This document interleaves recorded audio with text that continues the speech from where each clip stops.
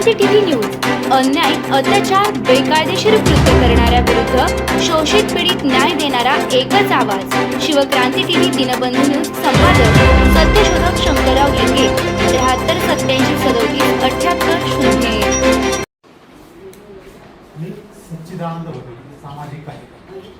फारुख शेख सामाजिक अशोक डॉक्टर कीर्तिबल गायक. हो, सांगा सर. सामाजिक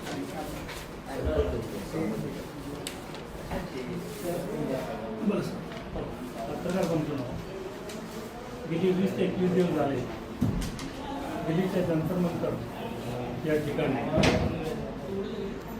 सुनकजी वागचूक जे आंदोलन करत आहेत, उपोषणाला बसलेले आहेत, त्याने या देशातील विद्यार्थी तरुणासाठी आणि आपल्या देशामध्ये जे काही पेपरफुटीचे प्रकार दिवसेंदिवस वाढत आहे, याला कुठेतरी आळा बसावा आणि लोकांच्या मध्ये, जनतेमध्ये एक भावना वाढीस लावावी की पेपरफुटी हा प्रकार गेल्या 10-12 वर्षात, मग ते CET असू दे, नीट असू दे, किंवा शाळेच्या लेवलवर 10वी-12वीच्या बोर्डची परीक्षा असू दे, ते पेपर का फुटतात? कारण सरकारने नेमलेले लोक हे असतात, त्यांच्यामध्ये सर्व अधिकार या लोकांना दिलेले असतात. तर जबाबदारी व्यक्तीवर कारवाई होत नाही आहे. जसे आज आपण लातूरचे मोठे गावकर सरांना विचार केला, त्यांना आग घातलेली आहे, त्यांच्या पूर्ण टीमला घातलेली आहे. परंतु हे जे नीट आणि याची पेपरफुटी झालेली आहे, त्यांच्याबद्दल का कारवाई होत नाही हा एक प्रश्न आहे. आणि आज देशामध्ये जेव्हा नीट किंवा हे केंद्र सरकारच्या अखत्यारीतला हा प्रश्न आहे आणि त्याला जबाबदार हे केंद्रीय मंत्री असतात. आणि केंद्रीय मंत्री, शिक्षण मंत्री आपले हे धर्मेंद्र प्रधान जे आहेत, त्यांनी म्हणावी तशी कारवाई केलेली नाही किंवा जनतेला त्यांनी उत्तर दिलेलं नाही आहे. त्याकरता CJP ही पार्टी आंदोलनासाठी प्रयत्न चालू आहे आणि त्यांना पाठिंबा देण्यासाठी आणि लाखो विद्यार्थ्यांचा प्रश्न निर्माण झाल्यामुळे लडाखचे सोनमजी वांगचूक साहेब, जे शास्त्रज्ञ आहेत, पर्यावरणवादी आहेत, जगाचा दौरा करतात, बुद्धिवादी आहेत, लडाखसारख्या दुर्गम भागामध्ये त्यांनी शिक्षणाचा प्रसार केलेला आहे, त्यांच्या मिसेसबरोबर त्यांनी कार्यशाळा चालवतात. त्यांचा अशा या व्यक्तीचा आपल्या सरकारनं कोणत्याही प्रकारची त्यांना बोलण्याची, तर जाऊन भेटण्याची तसदी घेतलेली नाही आहे. हा प्रकार निंदनीय आहे. कारण एक सर्वसामान्य माणूस किंवा एक शास्त्रज्ञ किंवा देशाला ज्या शास्त्रज्ञाची आज आवश्यकता आहे, अनेक शोध त्यांनी या देशाला दिलेले आहेत, अशा व्यक्तीच भेटण्यासाठी तुम्हाला जर वेळ मिळत नसेल किंवा कमीपणा वाटत असेल तर या देशाचं दुर्दैव आहे. आपण या सर्व गोष्टींचा विचार करता आपल्याला हे लक्षात आलेलं आहे की सरकार, कित्येक शेतकरी मेले, अनेक शेतकरी मरत आहेत, आंदोलनामध्ये मरत आहेत, विद्यार्थी मरत आहेत, परीक्षा म्हणजे पुढे ढकलण्यात आली तेव्हा विद्यार्थ्यांनी सुसाईड केले, फाशी घेतले, असे प्रकार होत असतानाही सरकारने लक्ष दिलेलं नाही. मग हा प्रकार काय आहे की सरकारचं लोकांकडे लक्ष नाही, तर लोकांना मारून टाकायचा प्रयत्न आहे.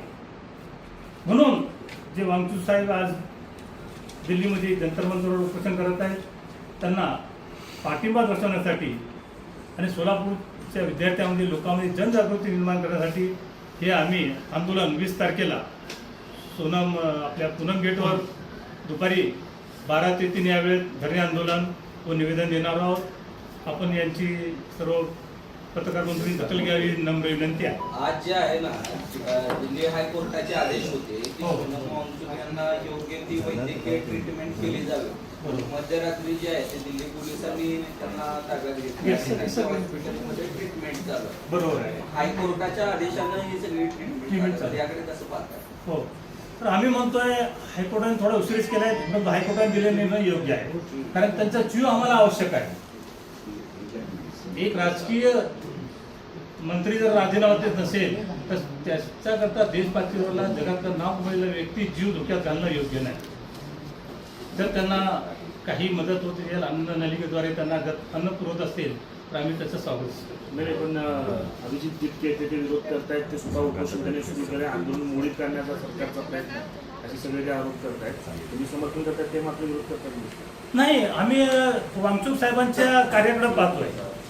आम्हाला कोणत्या पार्टीशी किंवा यांच्याशी नाही आहे. कारण जो व्यक्ती आहे तो म्हणजे जागतिक लेवलचा व्यक्ती आहे, त्यांच्याकडे आम्ही पाहत असतो. वांगचूक साहेबांचं जी चळवळ आहे ती जिवंत राहिली का? निष्प्रह नेते आहेत, त्यांचे वडील पण तशाच चळवळीमध्ये आहे आणि देशाप्रती त्यांचं त्या देशाच्या तळागाळातल्या लोकांप्रती पर्यावरणामध्ये या म्हणजे महत्त्वाच्या विषयाला त्यांनी बरंचसं वाहून घेतलेलं आहे आणि अशी व्यक्ती जिवंत राहणं देशासाठी महत्त्वाचं. सोनम वांगचुक हे चीनचे एजंट वगैरे आहेत अशा प्रकारचे आरोप केले जातात. नाही, होतात. आज विरोधकांना असं हिंडलं जात आहे, ती काय नवी गोष्ट नाही आहे. होत असतं. अनेक लोकांवर जिहादी म्हणतात, देशद्रोही म्हणतात, राष्ट्रद्रोही म्हणतात, परंतु ते सिद्ध करू शकलेले नाही. विनाकारण त्यांना जेलमध्ये डांबण्यातही आलं, पुन्हा ते जमिनीवर बाहेर आलेली आहे. ठीक आहे.